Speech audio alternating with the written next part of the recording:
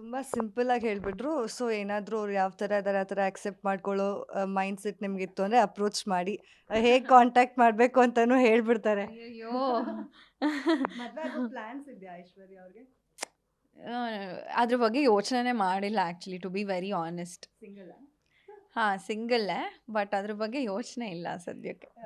ನೋಡಿ ಸಿಂಗಲ್ ಇದ್ದಾರೆ.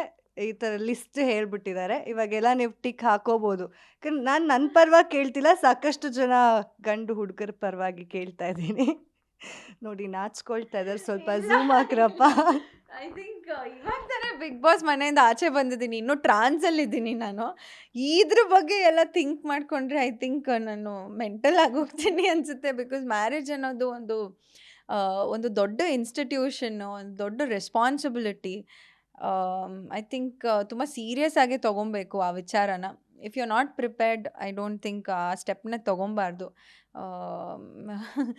Life change ಆಗುತ್ತೆ ಅದ್ರ ಮೇಲೆ. ಮ್ಯಾರೇಜ್ ಆದಮೇಲೆ ಲೈಫೇ ಚೇಂಜ್ ಆಗುತ್ತೆ. ಅದು ಒಳ್ಳೆ ರೀತಿಯಲ್ಲಿ ಚೇಂಜ್ ಆದರೆ ವೆರಿ ಗುಡ್. ಅದು ಬೇರೆ ಥರ ಹೋಗ್ಬಿಟ್ರೆ ಲೈಫ್ ಹಾಳಾಗೋಗ್ಬಿಡುತ್ತೆ. ಸೊ ಆ ಥರ ಬೇಡ. ಒಂದು ಸ್ವಲ್ಪ ಟೈಮ್ ತೊಗೊಂಡು ತುಂಬ ಯೋಚನೆ ಮಾಡಿ ತುಂಬ ಅರ್ಥ ಮಾಡಿಕೊಂಡು ಮದುವೆ ಆಗೋದು ವೆಲ್ ಆ್ಯಂಡ್ ಗುಡ್ ಅಂತ ಅನಿಸುತ್ತೆ, ಯಾರಿಗೇ ಆಗಿರಲಿ. ಈಗ ನೀವು ಯಶ್ ಹಾಗೆ ರಮ್ಯಾ ಅವ್ರ ಜೊತೆ ಲಕ್ಕಿ ಸಿನಿಮಾ ಅಲ್ಲಿ ಮಾಡಿದ್ದೀರಾ ಅಂತ ರೀಸೆಂಟಾಗೆ ನಮಗೂ ಗೊತ್ತಾಗಿದ್ದು. ಆ ಎಕ್ಸ್ಪೀರಿಯನ್ಸ್ ಬಗ್ಗೆ ಹೇಳಿ. ಏನು ಓದ್ತಾ ಇದ್ರಿ ಐಶ್ವರ್ಯ ಅವರೇ? ನೀವು ತುಂಬ ಡಿಫ್ರೆಂಟಾಗೆ ಕಾಣಿಸ್ತೀರಾ ಆ ಸಿನಿಮಾ ಅಲ್ಲಿ. ದೇವ್ರೆ, ನಾನು ಸೆಕೆಂಡ್ ಪಿ ಯು ಎಂಡಿಂಗಲ್ಲಿರ್ತೀನಿ ಆ ಟೈಮಲ್ಲಿ. ಆವಾಗ ಮಾಡ್ಲಿಂಗ್ ಮಾಡ್ತಾ ಇರ್ತೀನಿ. ಮಾಡ್ಲಿಂಗ್ ಮಾಡೋ ಟೈಮಲ್ಲಿ ಬಿಗ್ ಬಜಾರ್ಗೆಲ್ಲ ನಮ್ಮ ಕಾಲೇಜ್ದು ಒಂದು ಫ್ಯಾಷನ್ ಟೀಮ್ ಇರುತ್ತೆ. ನಮ್ಮ ಫ್ಯಾಷನ್ ಟೀಮಿಂದ ನಾವು ಬಿಗ್ ಬಜಾರ್ ಫ್ಯಾಷನ್ ಶೋ ಒಂದೊಂದು ಬ್ರ್ಯಾಂಡ್ಸ್ಗೆ ಮಾಡ್ತಾ ಇರ್ತೀವಿ. ಅಲ್ಲಿ ಒಬ್ಬರು ಮ್ಯಾನೇಜರ್ ನನ್ನ ನೋಡ್ತಾರೆ ಆ್ಯಂಡ್ ಈ ಥರ ಒಂದು ಆಫರ್ಸ್ ಕೊಡ್ತಾರೆ. ಈ ಥರದೊಂದು ಮೂವಿ ಇದೆ ಮಾಡಿ. ನನಗೆ ಕಾಲೇಜ್ ಲೈಫ್ ಅಲ್ವಾ, ಮಾಡೋಣ ಮಜಾ, ಒಂದು ಸ್ವಲ್ಪ ಹಾಬಿ ಥರ ಇರುತ್ತೆ ಅಂತ ಹೋದೆ. ಬಟ್ ಅಲ್ಲಿಂದ ತುಂಬ ಸೀರಿಯಸ್ ಆಗಿ ಕರಿಯರ್ ಒಂದು ಟೇಕ್ ಆಫ್ ಆಗುತ್ತೆ, ಲಕ್ಕಿ ಆಗುತ್ತೆ.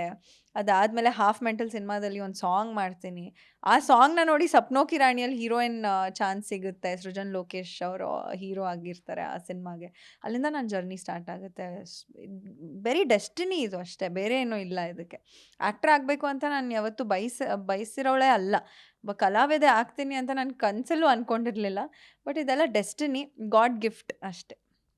ಈಗ ಇನ್ನು ಲಾಸ್ಟಿಗೆ ಬರೋದಾದರೆ, ಈಗ ಟಾಪ್ 5 ಯಾರು ಇರ್ತಾರೆ? ಅಂದರೆ ಹಾಗೆ ನಿಮ್ಮ ಪರ್ಸ್ನಲ್ ಫೇವ್ರೆಟ್ ಕಂಟೆಸ್ಟೆಂಟ್ ಯಾರು? ಧನ್ರಾಜ್ ಅವರು, ಹನುಮಂತು ಅವರು, ಮಂಜಣ್ಣ ಅವರು, ಮೋಕ್ಷಿತಾ ಅವರು. ಟಾಪ್ 4 ಹೇಳ್ತೀನಿ ಸದ್ಯಕ್ಕೆ. ಆ್ಯಂಡ್ ಐ ಥಿಂಕ್ ನನ್ನ ಫೇವ್ರೆಟ್ ಕಂಟೆಸ್ಟೆಂಟ್ ಅಂದರೆ ಹನುಮಂತು. ನಂಗೆ ತುಂಬ ಇಷ್ಟ ಆಗ್ತಾರೆ ಅವರು. ಬಟ್ ಸಾಕಷ್ಟು ಜನಕ್ಕೆ ಹನುಮಂತವರು ನಿಜವಾಗ್ಲೂ ಮುಗ್ಧ್ರಾ ಅನ್ನೋದು ಒಂದು ಪ್ರಶ್ನೆ ಇದೆ. ಅದಕ್ಕೆ ನೀವು ಹೇಳಬೇಕು, ಹೌದಾ ಅವ್ರು ನಿಜವಾಗ್ಲೂ ಇನ್ನೋಸೆಂಟಾ ಅಥವಾ ತುಂಬ ಕ್ಯಾಲ್ಕುಲೇಟಿವ್ ಆಗಿ ಆಡ್ತಿದ್ದಾರಾ ಅಂತ? ಕ್ಯಾಲ್ಕುಲೇಟಿವ್ ಆಗಿ ಆಡೋದು ತಪ್ಪಲ್ಲ, ಇನ್ನೋಸೆಂಟ್ ಆಗಿ ಇರೋದು ತಪ್ಪಲ್ಲ, ಆ್ಯಂಡ್ ಎರಡೂ ಪರ್ಸ್ನಾಲಿಟಿ ಒಬ್ಬರಲ್ಲಿರೋದು ತಪ್ಪಲ್ಲ. ಅದು ಎರಡೂ ಕ್ವಾಲಿಟೀಸ್ ಅವರಲ್ಲಿದೆ. ಸೊ ಹಾಗಾಗಿ ಅವ್ರು ತುಂಬ ಚೆನ್ನಾಗಿ ಆಡ್ತಾ ಇದ್ದಾರೆ. ಅವ್ರ ಮಾತಿನಲ್ಲಿ ತುಂಬ ಕಡಿಮೆ ಮಾತಾಡ್ತಾರೆ, ಬಟ್ ಆ ಮಾತಿನಲ್ಲಿ ಅಷ್ಟೇ ತೂಕ ಇರುತ್ತೆ. ಆ್ಯಂಡ್ ತುಂಬ ಒಳ್ಳೆ ವ್ಯಕ್ತಿ, ಯಾರ ಮನಸ್ಸನ್ನೂ ನೋವಿಸಲ್ಲ ಅನ್ನೆಸೆಸರಿಯಾಗಿ.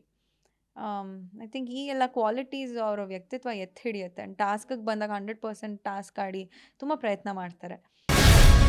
ಗ್ಯಾರಂಟಿ ನ್ಯೂಸ್, ಸುದ್ದಿ ಖಚಿತ, ನ್ಯಾಯ ನಿಶ್ಚಿತ.